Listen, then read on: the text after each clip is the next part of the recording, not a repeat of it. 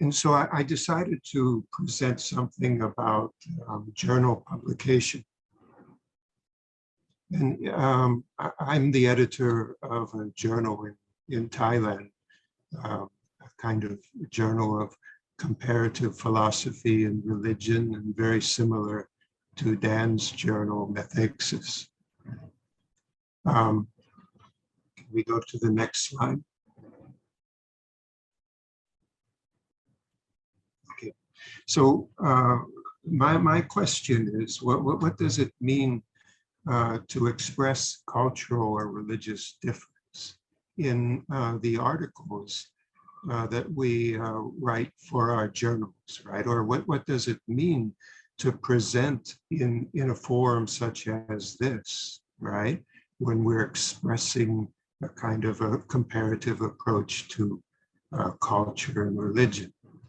And I was also concerned with the dangers which are taking place within academic publishing.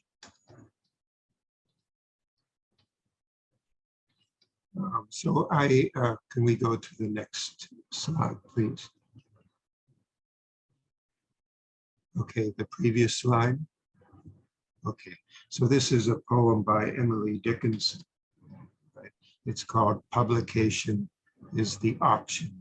And this is where I got the title for this presentation. Publication is the auction of the mind of man. Poverty be justifying for so foul a thing. Possibly, but we would rather from our garret go white unto the white creator than invest our snow. Thought belonged to him who gave it, then to him who bare its corporeal illustration. Sell the royal air. In the parcel, be the merchant of the heavenly grace, but reduce no spirit to the disgrace of Christ. So you see that this is about spirit and the relationship of art to the spirit. And what does it mean when we try to express something? But what we're expressing is embedded in the publication industry or intellectual property or the various flows of capital, indexing companies for journals and so on. And so this was my concern. Can we go to the next slide, please? Okay. And so, we're all a part of this mechanism. We're a part of this cybernetic flow. And yet, when we write about cultural difference or spirituality or religious difference, we want to express something which is outside of this flow and not completely controlled by it. Okay, can we go to the next slide? Okay, so we bring up the theme of Hermes, right? The messenger of the god. And, in the next slide,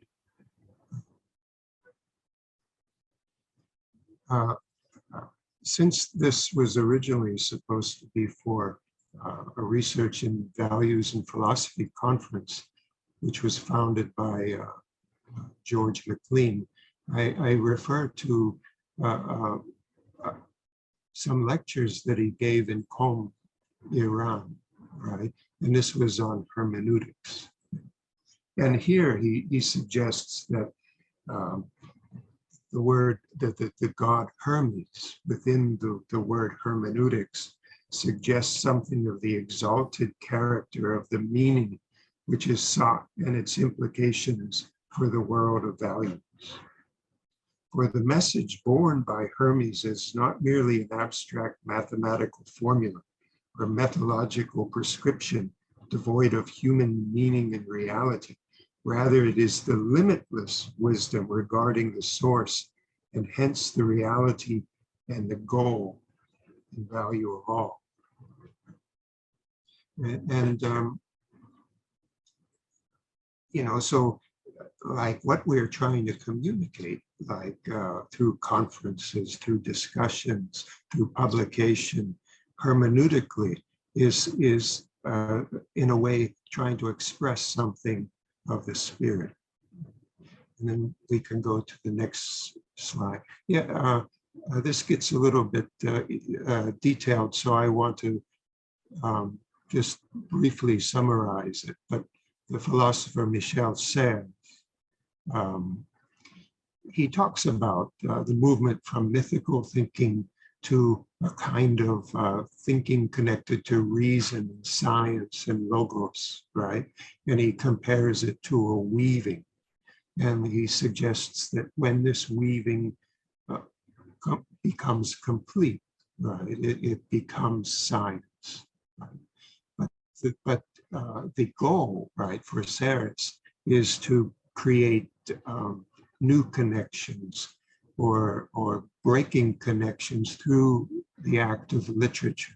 And it's the act of literature that can maybe open up the oppressive character of reason and science and open it again to the wisdom of mythos, of myth and spirituality.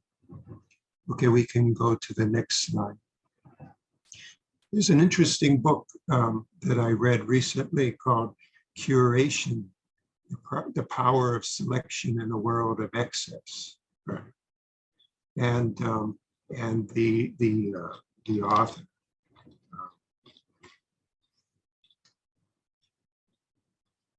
points out that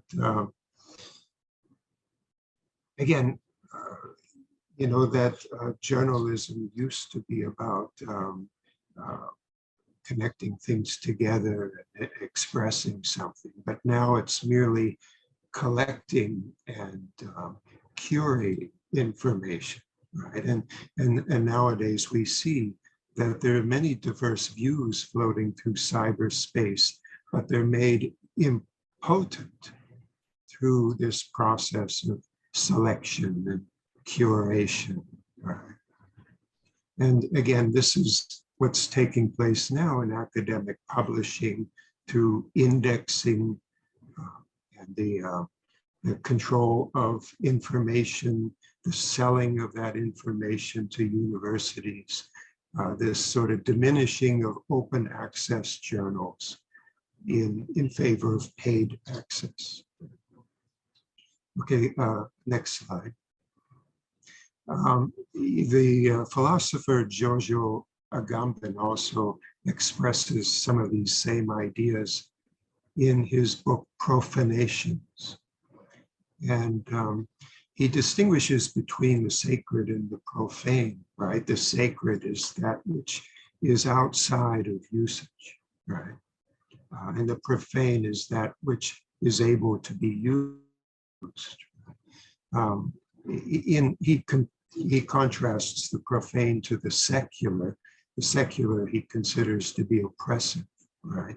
But the profane is a kind of new possibility to use, for people to use in a creative way, those things that used to be controlled by religion, right? And in a way, I don't want to go deeply into this, but it seems to be for him a kind of return to a kind of spirituality out of traditional religion. But what he emphasizes is use and play and the way of reanimating the spiritual in today's world. Can we go to the next slide? And one of the problems is in today's world, capitalism generalizes the structure of separation that defines religion. Now there's a single, multiform, ceaseless process of separation that assails everything, every place, every human activity, to divide it from itself. In its extreme form, the capitalist religion realizes the pure form of separation to the point that there's nothing left to separate. So, all of our spiritual ideas are within this cybernetic pool, right, of the flows of information in cyberspace, the internet. But again, they are made like impotent, right? They cannot have an effect. They cannot create reflection. Okay, can we go to the next slide? I'll skip this slide. Go to the next one, please. Okay, and returning to George McLean, right? He recognizes that even tradition is not frozen in place, right? That tradition itself needs to be considered with the movement of time, right? And its meaning for every new time.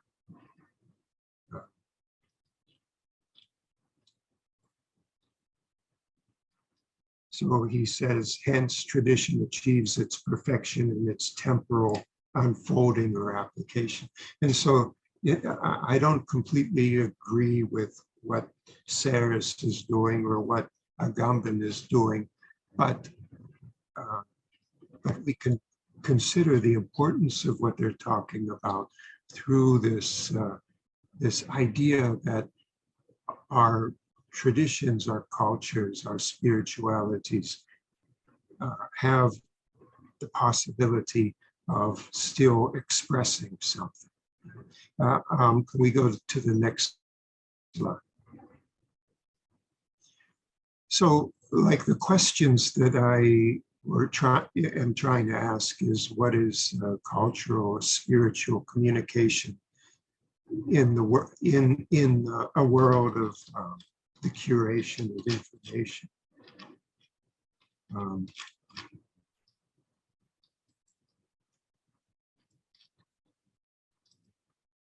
And how can we account for the integrity of the sacred and spiritual as we embed our research and reflections in a cybernetic pool of information? And even what kind of encounter do we experience when we read the articles that we publish in these various journals? And again, I'm faced every day with these problems of academic publishing, right? We can go to the next slide.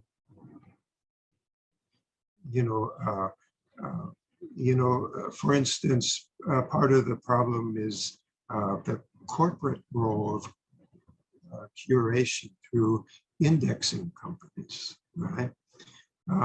And the metrics that they use to determine impact factor. Even the peer review process tends to restrict what we can express, right? And our creativity in expressing, right? It needs to follow certain guidelines. Every article needs to be focused enough to cover the expertise in that research, right? And so our writings are now very constricted and made more and more impotent, right? And also the institutional aims of publication are now not to express something, but to gain points for ourselves or our departments or our universities. And as a result of all this, right, it begins to undermine our ability as human beings to reflect, right, on something that comes to us from another culture, from another tradition, from another religion. These expressions of spirit coming from the outside should shock us into new types of reflection. But the whole process of journal publication, of the corporate control of journal publication, begins to erode this ability of something to enter from the outside, and to shock us into any sort of reflection. Okay, we go to the next slide. Yeah, so that's basically what I wanted to present today, and I don't have any answers to, right? But I see this process taking place, and I'm quite worried about it. I don't know if Dan is experiencing some of the same problems with his journey, but it's very worrying, right?